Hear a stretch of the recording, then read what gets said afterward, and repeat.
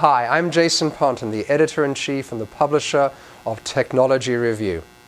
Every year we laud the TR35, the 35 young innovators under the age of 35 whom we believe have the greatest chance of transforming society.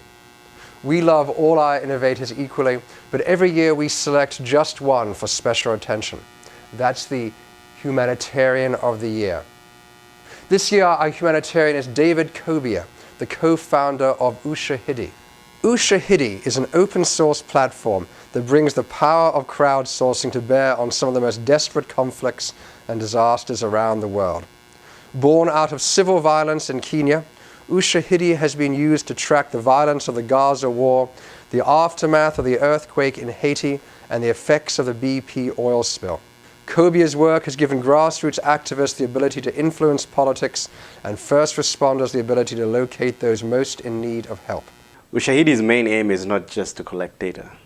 The main aim is actually to make sense of this data and make sense of it quickly, because that's when it then becomes useful. Something happening thousands of miles away is actually happening in your digital backyard. I think just all these tools are opening up access for people. The fact that all of us have a role to play in potentially saving a life. Me sitting at my computer thousands of miles away, have a role to play. That's big.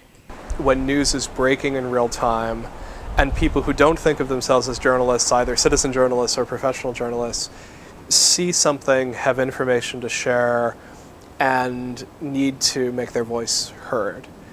Ushahidi, in the simplest sense, is the platform to make that happen.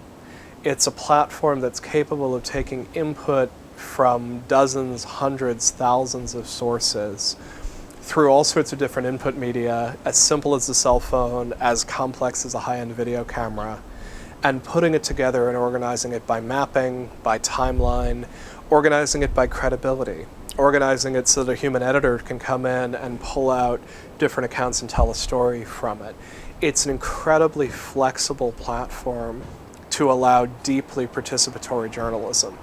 And I think this model of journalism is where we're headed to in the future, particularly around rapidly breaking news.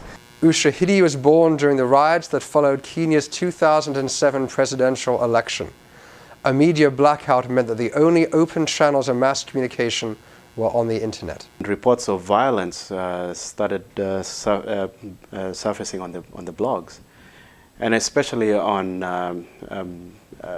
Ori's blog, who is now my colleague. And she actually planted the seed of Ushahidi, I think, by suggesting that it might be a good idea to map and visualize all these reports that were coming in at the time. David is a star of Ushahidi. He was the one who basically put together the first version of Ushahidi in 72 hours.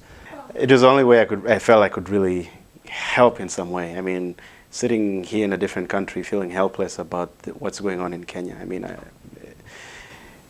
I think it really drove me to put even more effort into Ushahidi. The initial version of Ushahidi was simple. Just a map and a form that let users describe an incident, select the nearest town, and note the location, date, and time. Ushahidi began to play a role in crisis after crisis as tech-savvy grassroots organizations downloaded the platform.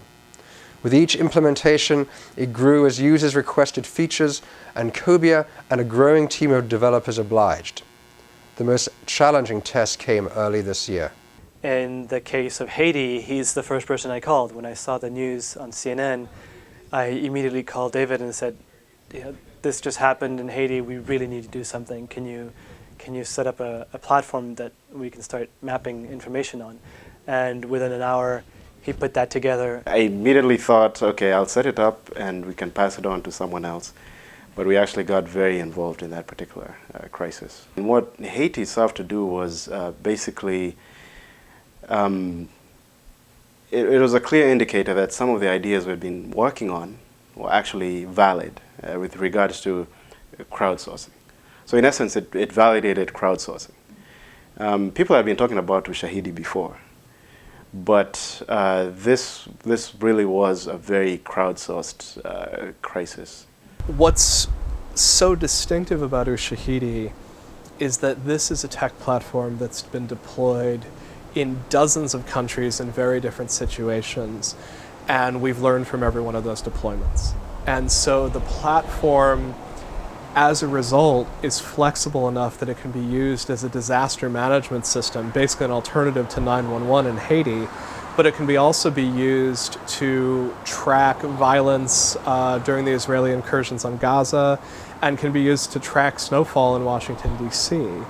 Kobia, joined by a growing number of programmers, has continued to develop Ushahidi from its no-frills beginnings, adding features for things such as better support for mobile devices. We're trying not to pigeonhole ourselves to crisis, but with regard to crisis, the fact that we're opening this this sector up, instead of and moving from a one-to-many situation where only one person actually tells you what's going on, we're moving to a many-to-many situation, and where everyone is actually involved. The outcome of that is just profound, I think.